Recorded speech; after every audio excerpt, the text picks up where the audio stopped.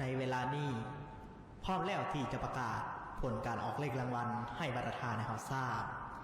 ผลการออกเลขรางวัลหวยพัฒนาประจำงวดที่6ออกข้างวันที่14เดือนมังกรปี2026รางวัลเลข6โตเลขที่ออกได้แก่หมายเลข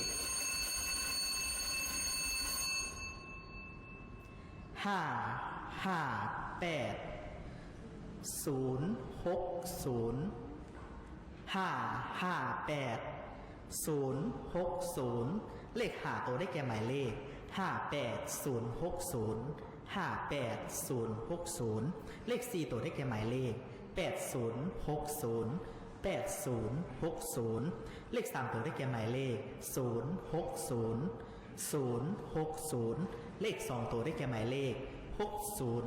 60เลข1ตัวท้ายได้แก่หมายเลข0หมายเลข0